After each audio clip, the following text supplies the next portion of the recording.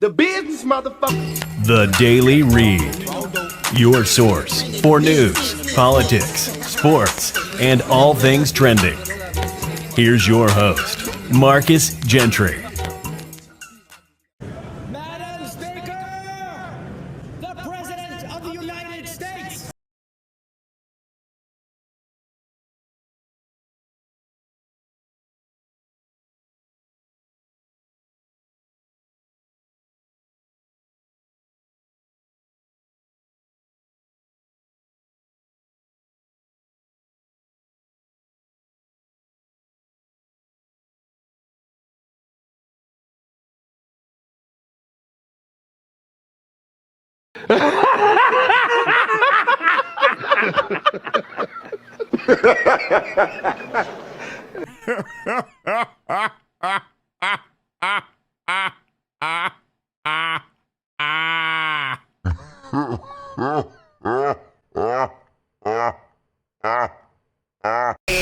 In, but this is an easy projection with the margins as they are. Welcome to the Daily Read, and I am your host, Marcus Gentry. At 8:30 on the East Coast, being added to the tally for Kamala Harris, Donald Trump leading in some of these big states in the South, which are. I want to thank you guys for joining me tonight. Starting to report in. Speaking of the South, I tried to stay out of this election. She's in the key county. And the reason I tried to stay out of this election, first vote starting let me turn her down. What do She's you kind hear? of loud. But both campaigns really laser focused on this area. Yeah, they care a lot about this county, Savannah. Let me just show you, because we've just started to see precinct captains coming in with their memory cards with the votes that happened in person on election day. You see this line that goes out the door around. What you're looking at are all of the precinct captains from Gwinnett County. Ultimately, what they're doing is they're coming in here. They have with them little bags that are secured with the official election seal on the top of the envelope and memory cards, and at least two from each precinct that have the total of votes for the day. So they come in here, they check in with these folks, and then they ultimately take their memory cards to the different election workers that are sitting around here, and they open up, they look at those envelopes, make sure they're sealed properly, make sure it has everything necessary by Georgia law inside of it, and then they send them back into this room here, where we start to see those votes processed and then sent out to the public. In addition to all that's happening on here, back here, and come with me, we'll leave a little through everyone here, there's more counting going on in the back. You mentioned this county is really important to both political campaigns. I will tell you why. This is a rapidly growing county in the state of Georgia. It's also incredibly diverse. It leans blue, but back in 2020, Donald Trump carried about 40% of the vote in Gwinnett County. And ultimately, what Republicans in the Trump campaign were looking for tonight is to see if they could increase turnout just enough where they run up the margins by a few percentage points and hold on to Republican strongholds in the state, and then are maybe well positioned to carry this state. Democrats, the Harris campaign, they were also hoping to... I had to turn her down for a minute. I know some of my people that watch my show was wondering why I haven't touched on Kamala Harris and Donald Trump. Well, number one, I'm finna eat dinner. That's number one. But number one, and this is for my people on iHeartRadio, I'm not really worried about YouTube too much. They monetize you sometimes they don't. But the thing about this election is different from Hillary Clinton is Hillary Clinton could have ran this country. Not only is she savvy and a snake at the same time when it comes to politics, but Hillary Clinton had Bill Clinton with her, and she would have took Bill Clinton back into the White House, which is the reason why I was so adamant about Hillary winning instead of Trump. It didn't turn out like that. Now you got this election. You see, Hillary Clinton, I don't think she cares too much about feminism. That's not her bag. Hillary Clinton is more of American dominance across the world. And that was Hillary Clinton's thing. Now, Kamala Harris is something different. And this is the main reason I stayed out of this election, because Kamala is more about the feminism aspect of America. Donald Trump is more about selling old scores and bigotry and doing things for the rich. So this is what you call America has to pick their own poison. You're gonna have to pick your own poison tonight. So far, the poison that they're trying to pick seems to be Kamala Harris. Y'all gotta excuse me, I'm finna eat dinner. But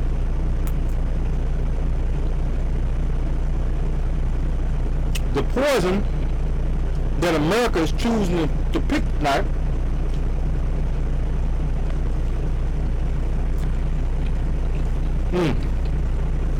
seems to be Kamala Harris.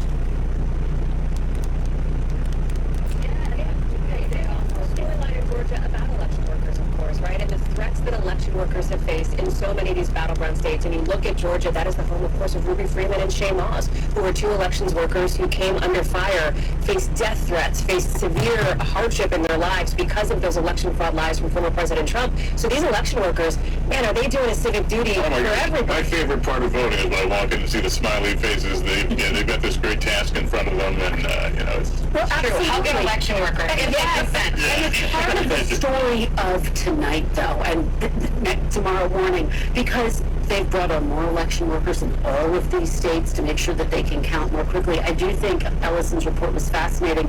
Gwinnett County, it went for Clinton by 6 points, for Biden by 18 points. So this is a county that Democrats have been increasingly eyeing, as have Republicans. We talk about the gender gap as I go to Senator McCaskill and Sarah Fagan. I mean, I mentioned there were Trump rallies in Gwinnett County. One of them was the one where Tucker Carlson, the former Fox News host, talked about that daddy's coming home and going to give a little girl a spanking. Like, the sheriff's coming to town, which is a message that... Tonight, America's finna pick their poison.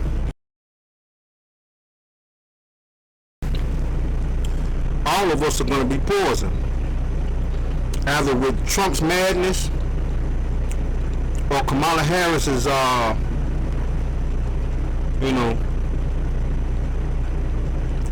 social feminist. Either way you put it, we're gonna get poisoned. And it looks like right now, the men in this country still is not ready for a female president. They've had a female vice president, but I don't think they're ready for a female president yet.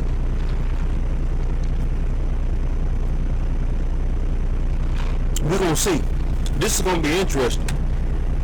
But I chose to stay out of this election because I don't like neither one of them candidates. Like I said, Hillary Clinton was a better choice than Trump for two reasons. She's been in politics down in the trenches, while Kamala Harris was prosecuting black men in California. Hillary Clinton was in the Oval Office with Bill when he was president. She's been Secretary of State. Hillary Clinton was a better choice. And she would have brought Bill Clinton back into the White House with her. But this Kamala Harris, I don't know. When we were in the midst of a pandemic, Donald Trump was actively telling people not to vote early or not vote by mail, saying he was suspicious of it. To Lester's point, he changed that too. Now they're actively encouraging Republican voters to go in and early vote, and Republican voters seem to have answered that call. That's right. It was a huge strategic blunder in 2020 to have done that, particularly in a close race. Had he not done that, perhaps he would have won. So I think he learned that lesson.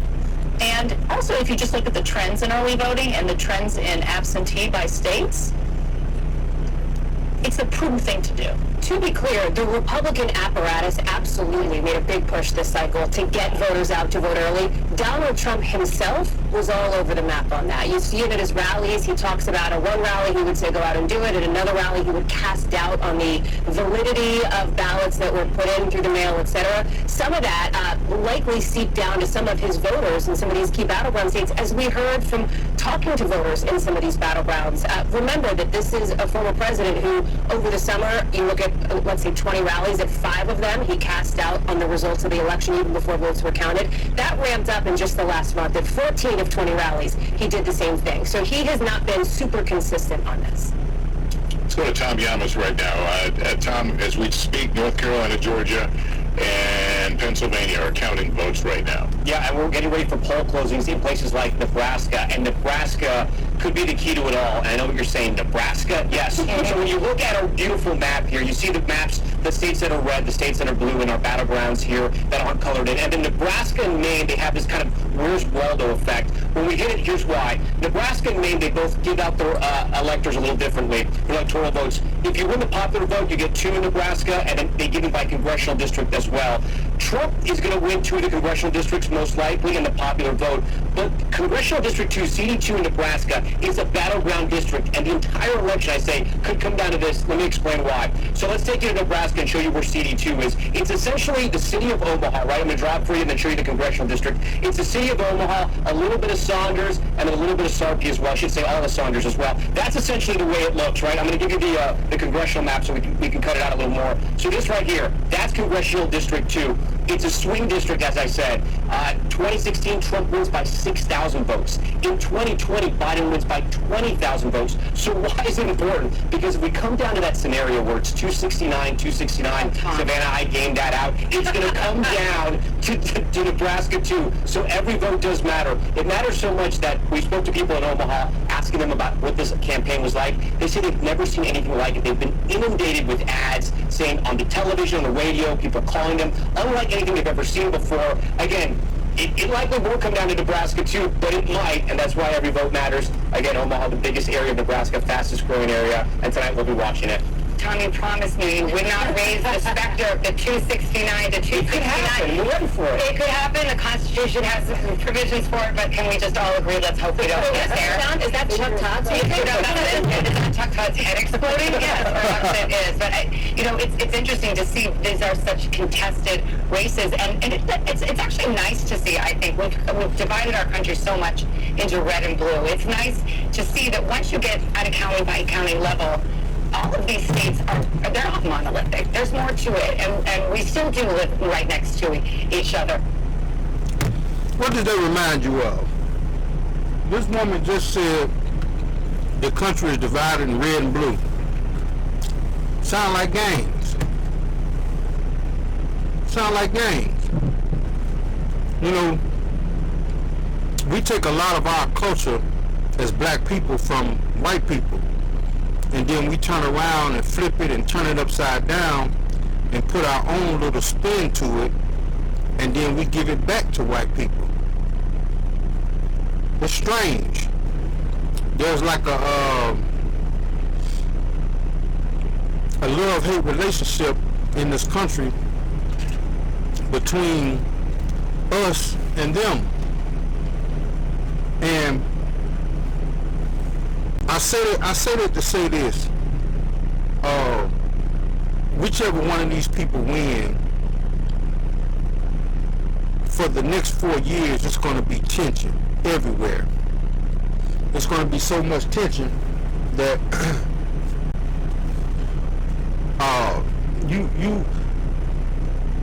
if Kamala Harris wins, it's just going to be tension.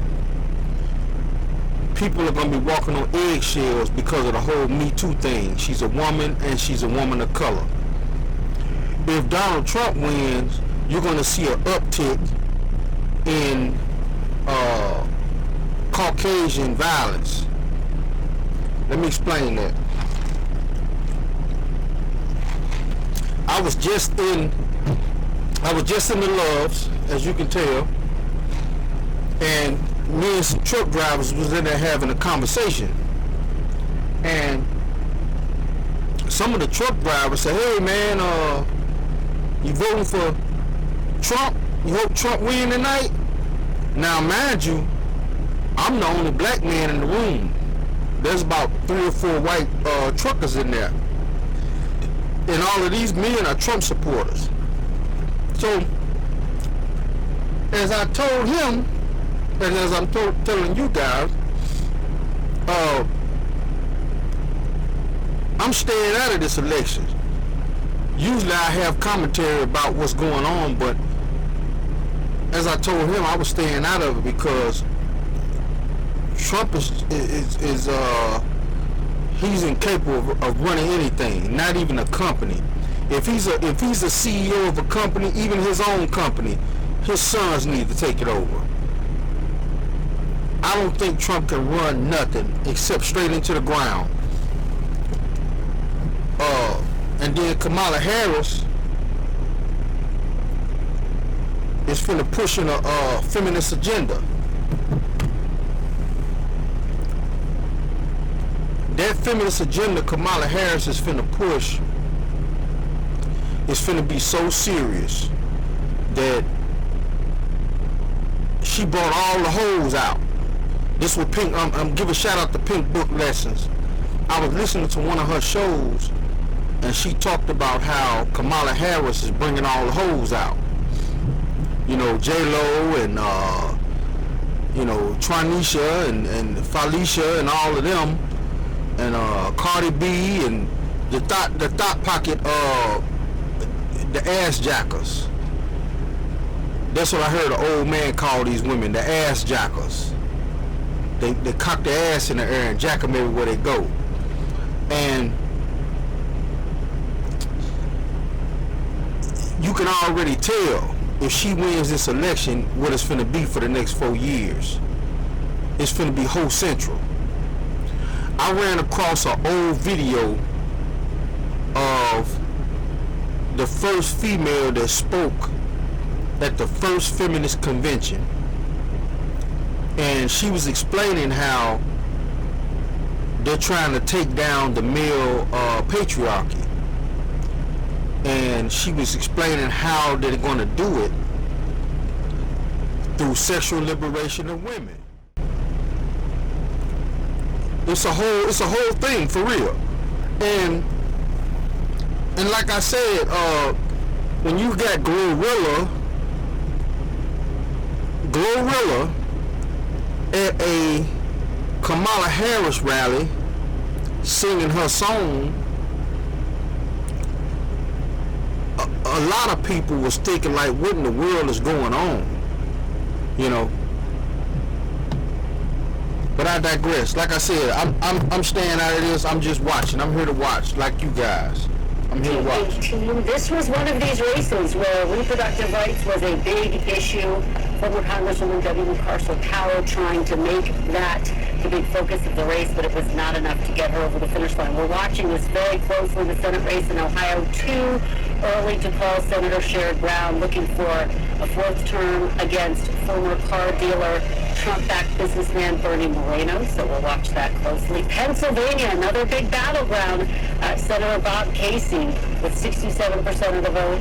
Dave McCormick with 30.4% of the vote. Too early to call with just 13% in. Let's take a look at the big picture here. Again, Republicans have now picked up one seat for the Senate at this hour, 42 to 33. Okay. Continue to watch this very quickly, Hallie. Taking a step back, the Republicans need 2 seats, and this is a map that is very difficult for Democrats to hold on to their Senate races. They're on defense in a lot of these states. Yeah, and the reason for that is likely Montana. This is the other pickup that Republicans feel very confident about. They think they'll be able to get. I will tell you that Ohio Senate race being too early to call is interesting. I talked with one Senate Republican source who said, you know, they would have loved to see that call an hour ago, right? They would have loved to have had that in the bag, these 2-seat pickups earlier in the night, Savannah. But we'll wait and see how this one goes. Okay, we are just coming up the top of the hour. We're going to have some major battleground poll closings coming up.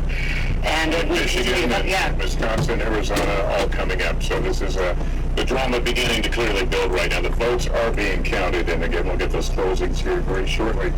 Let's check back into the presidential race on the road to 270.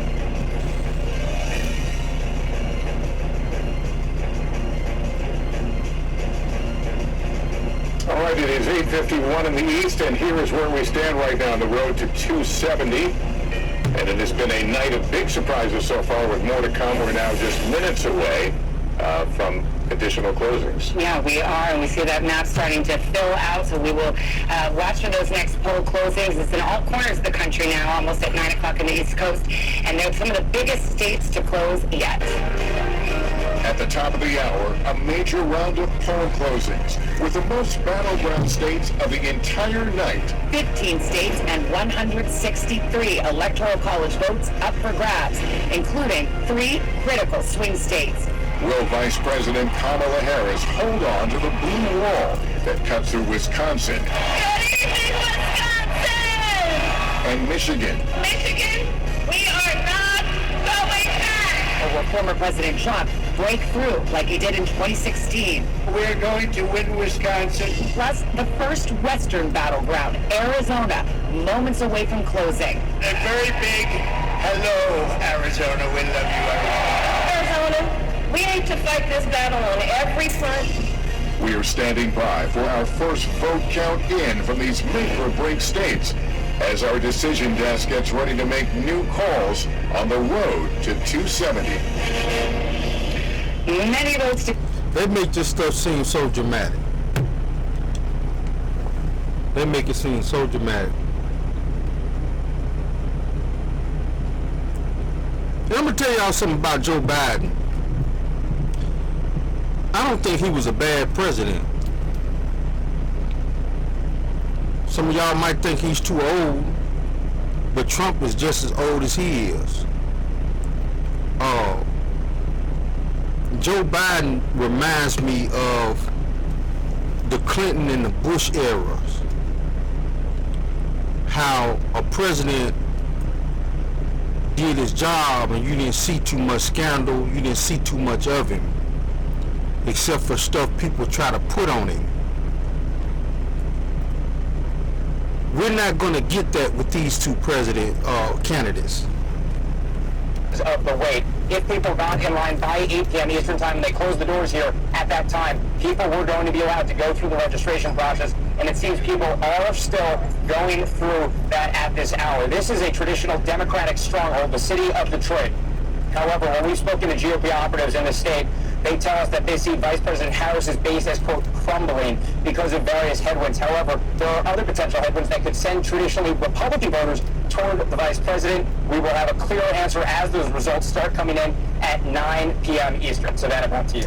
And we'll get a better idea about turnout, too, which is all important for the Harris campaign in Detroit and also those collar counties. We want to switch over. Let's go to Arizona, the Mountain West. Polls closed. Gotti Schwartz, they're outside a polling place. Have you seen a lot of crowds?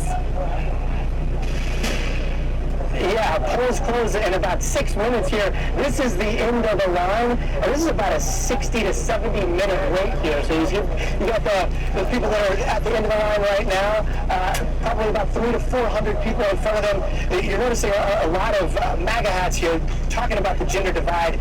Gender divide is very much in play here at Arizona State University, and there's been so much talk about low propensity voters. One of the things that we've been noticing here and talking to students about is the involvement of fraternities. Normally fraternities, they may not be organizing and may not be turning out to vote as much as you would expect, but here at the ASU campus it does seem like the fraternities have been involved in turning out the vote, and those that we've been talking to say that they're turning out for former President Donald Trump. We've also talked to a lot of other students that have been coming out for policy issues. There's several props. The issue of abortion is extremely important in turning out the vote. Immigration is also important, but I gotta say, just eavesdropping what people have been talking about in line, it's been surprising how often the topic of the Joe Rogan podcast keeps coming up. We've talked to several students now who say that they listened to that Joe Rogan podcast with the former president, and that was the deciding factor for them. And they've also said that if the Kamala Harris, the Vice President of the United States, would have appeared on that podcast, they may have had their vote skewed. It's really interesting because, you know, some people are talking about policy. Others are talking more about kind of like vibes. Well, I like the vibe of Trump, or I like the vibe of Kamala Harris, but it's not so policy specific. But that's just some of what we've seen. We're almost to the end of the line. These people don't like no vibe. These people like chaos. We live in a country where chaos reigns. When someone like King Von, who's a mass serial killer, can be celebrated, you know, which is what's going on. And Donald Trump is going to bring that to the people. He's going to bring chaos over the next 4 years if he wins. In Florida, but you were seeing it needed a 60% threshold, as you said, Lester. This would be the first ballot initiative that we've seen anywhere in the country since the overturning of Roe versus Wade that has failed. However, the other ballot initiatives were not this high of a threshold here, and I see you want to jump in. No, it's just the same number, right? It was 57-58 in Ohio, 57-58 in Kansas. I mean, I think we know what the number is. Ironically, I talked to some Florida Republicans who secretly had hoped this would pass, because now Florida elected officials in 2026, which is their big election year, they will have to face the vote on a 6-week ban. And then suddenly that will sort of upend just the state's politics. Yeah. But there's clearly... I'm going to take the time to promote this book. I've been reading this book, people. Technical Analysis. You guys should read this book. I didn't realize how deep this was when it comes to the stock market. And I can't even read a whole chapter. And what I mean by that is, of course I can read a whole chapter, but I can't read a whole chapter and process it all, because it's that deep. You got to take your time and read it to understand what's going on in the stock market. And I said that to say because volatility is chaos. Donald Trump brings chaos. Listen to what I just said for all of you stock traders out there. Volatility is chaos. Donald Trump brings chaos. Don't let that slip over your head for all my stock traders out there. These polls are going to close. There was a late election poll. Iowa just had a very restrictive abortion ban passed, and this shock poll on the eve of the election had Kamala Harris carrying a red state. So it's just a very potent issue. Not to overread into it, but it is an indicator perhaps, and the pollster there, Gold Standard pollster, thought perhaps the abortion issue was motivating these older white women, right? A demographic we've been watching tonight. And Sean, well, let's go to the election year. We'll look right here as we get some more poll closings here. We can give a few more characterization. In just 3 seconds, all of these states will see their polls closed, and we'll begin counting the votes. Here is state of Texas. We were just talking about Donald Trump will win in the state of Texas when all the votes are counted. NBC News projects that Donald Trump will also win in North Dakota tonight. South Dakota, same story. That will also go into the Donald Trump column this evening. We move to the state of Wyoming. In 3 electoral votes at stake, Donald Trump, the projected winner in Wyoming. Here's the map. The road to 270 now getting interesting. 154 for Donald Trump. Right here, you can tell he's ecstatic that Donald Trump is winning right now. But I'm warning you, America. Everybody listen to my voice. I'm warning you. This man is bad for this country. Not saying Kamala Harris is just the queen she's supposed to be. But Donald Trump, we finna have some problems. Because as I said, you got a man who's finna come into the Oval Office with a vendetta. And he's gonna start destroying things. And I think the only thing that's gonna be able to keep Donald Trump in check is if people tell him, when you leave office for this last time, how you act while you president can probably depend on whether they're going to lock you up or not. because those charges ain't going nowhere. They might have stopped or been shelved to the side for right now because of the election, but those charges ain't went nowhere, people. And when you take that many top secret files to your private residence, there was a woman in Hawaii. There was a story I ran across about this woman in Hawaii who she put a paper in her briefcase that she wasn't supposed to have, and she didn't think nothing of it. They gave this woman 5 years for that one piece of paper. 5 years, people.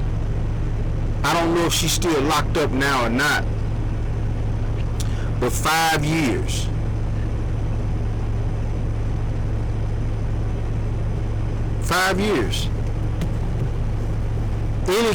Any kind of time Donald Trump do is going to be a life sentence to him. But this has been a campaign for the trying to improve their margins. They got blown out without putting in 2020. If they were able to move that from. We got an echo. In this case, we got an echo going on. Let me find it.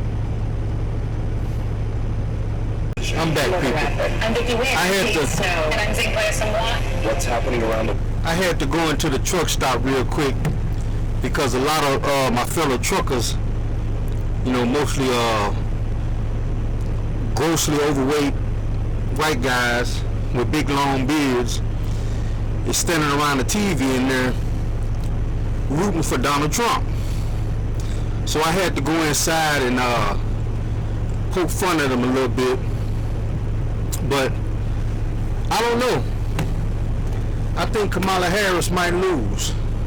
But I will say this one thing I did find out today about the whole Big Meat situation, how he's gotten out. I want to talk about that on the next show, but I'm going to continue on with the P. Diddy series.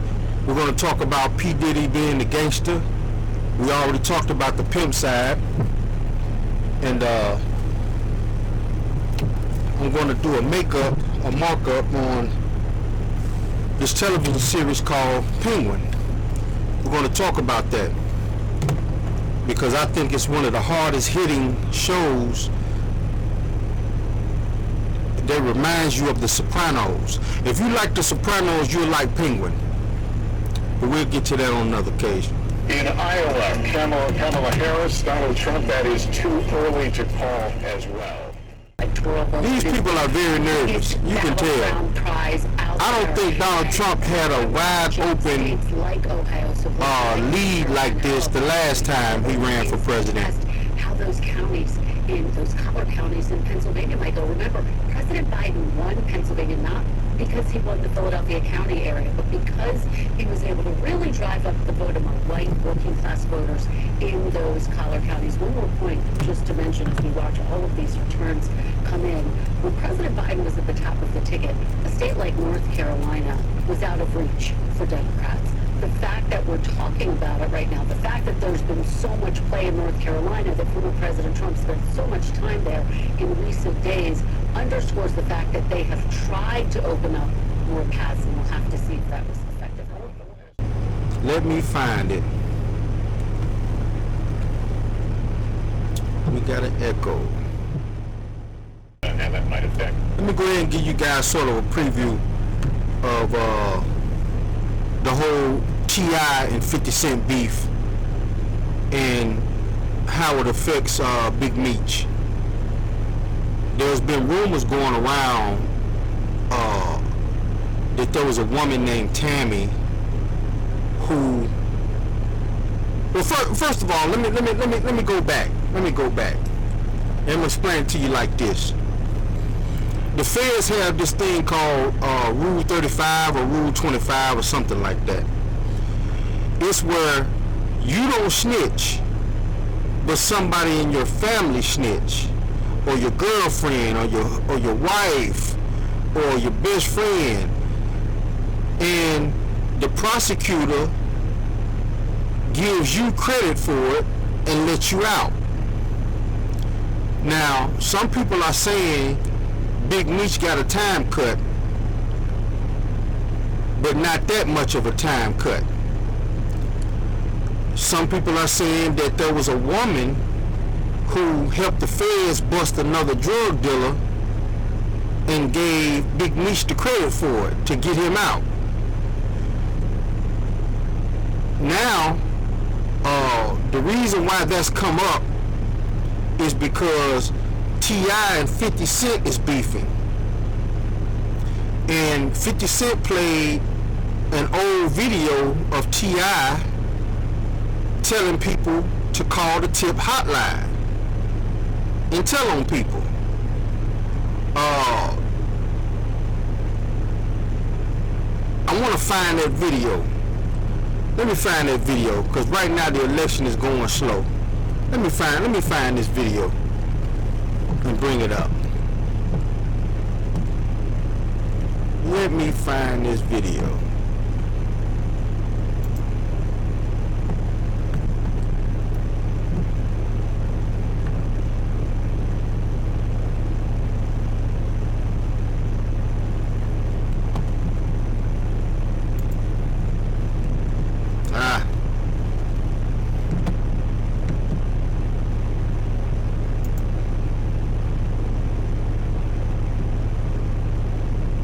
That's not what I want.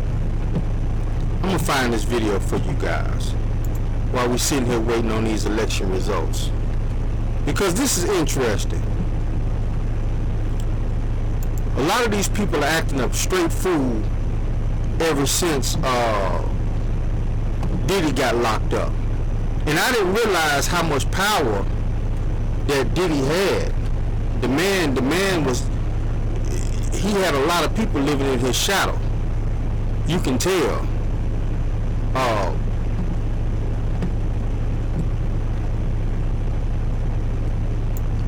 You can basically tell by how people are moving now that Diddy's locked up. But I'm finna find this video for you. Let me see.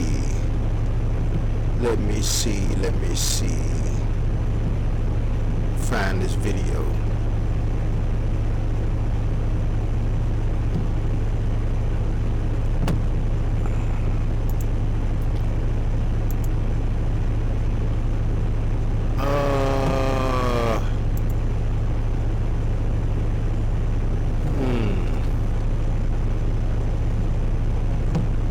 Okay, here we go.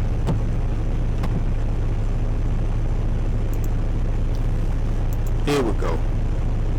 Okay. As I was saying, if you want references to what I'm talking about when I say Rule 35, look at this movie called Snitch with the Rock Dwayne Johnson in it. And that movie basically tells you how a person can claim they ain't snitching because their paperwork is clean. They ain't told on nobody. They had other people do it. Let me show you what I'm talking about.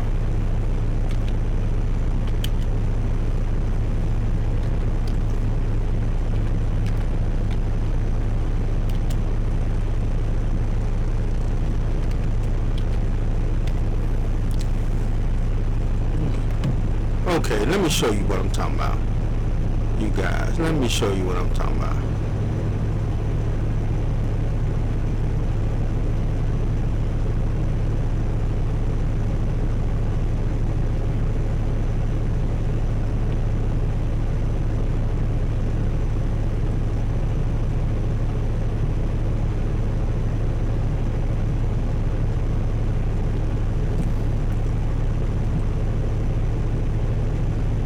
Let me see.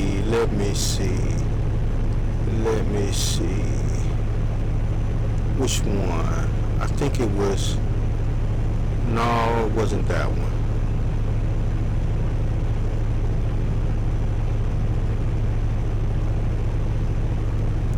I I think this was it.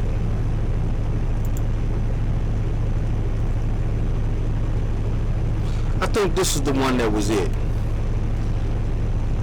And what I was saying earlier, how I was around when T.I. came to the feds, and the man had automatic rifles, okay?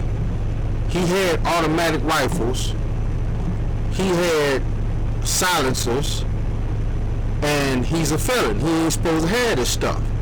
T.I. was facing 20 years, wound up doing 12 months. And all the guys in the federal joint was, how can I put it, trying to check his paperwork. And of course, his paperwork is clean.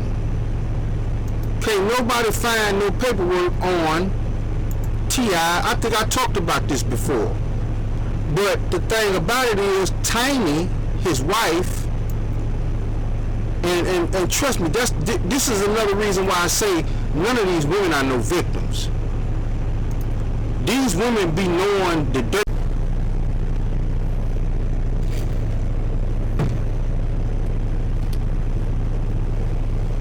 This is what's going on. I went to an all-white affair. Some guys that was local, big time of dope boys, they saw me at the gas station. They said, hey man, you know, all the guys that's been in the feds, we're gonna have this all-white affair, and we want you to come. I looked at each and every one of them guys and shook my head, because each and every one of them guys that was at that all-white affair was not even supposed to be out on the streets.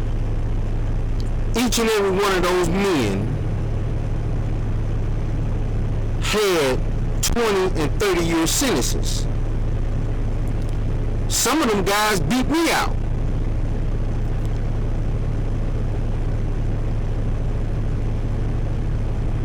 And it's amazing.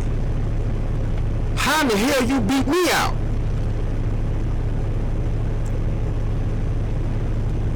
This is what's going on in the hoods of America.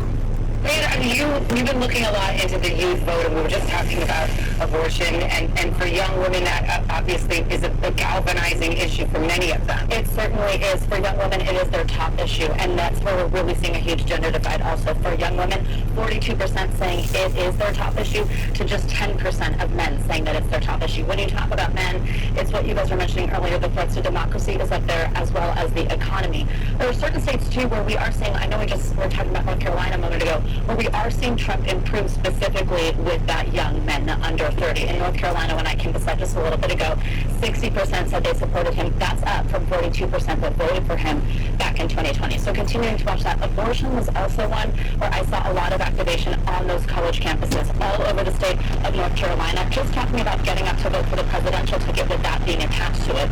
Of course, with the issue being attached to Harrison within Michigan, as well as in Arizona. Arizona's an interesting one, though, because, of course, as I'm talking to the expert when it comes to Arizona, but the state of ASU. We're in check out of the blue wall here, and we have a new characterization in the state of Wisconsin. Our decision desk now calling it too close to call. You can see Kamala Harris out front right now, 23% of the vote in there, but again, too close to call in Wisconsin. Our election night coverage continues next with another batch of poll closings, including a critical swing state. We hope you can stay with us.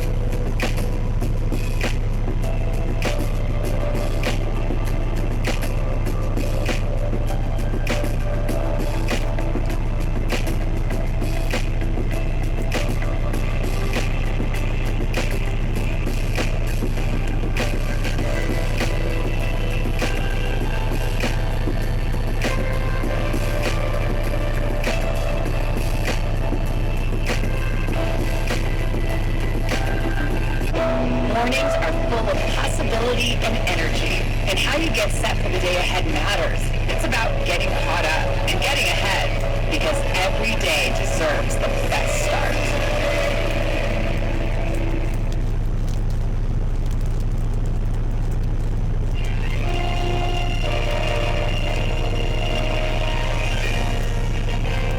As we come out of the commercial break, a new characterization here in Pennsylvania. Our decision desk now calling this race too close to call.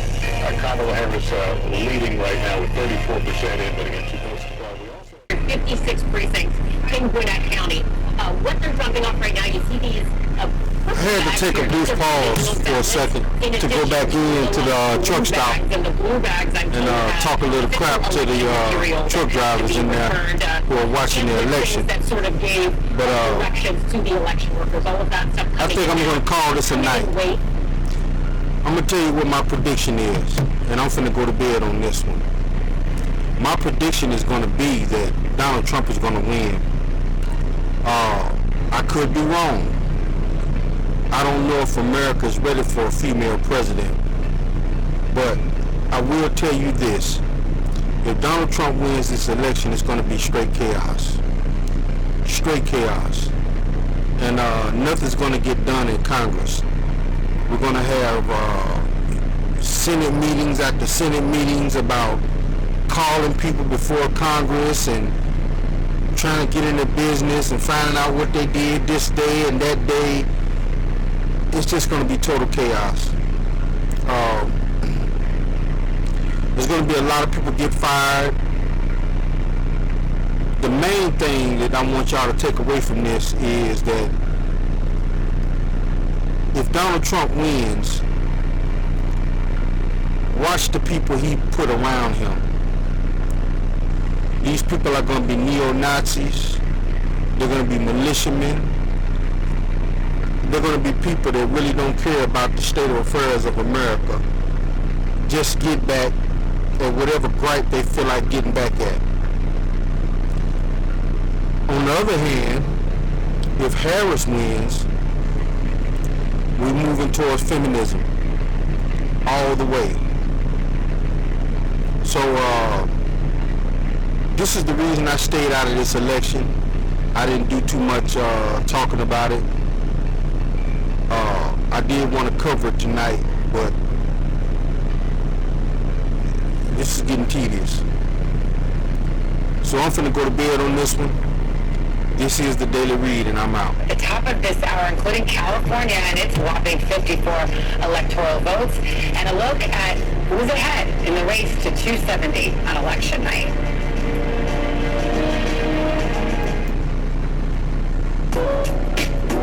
The business, motherfucker. The Daily Read. Business.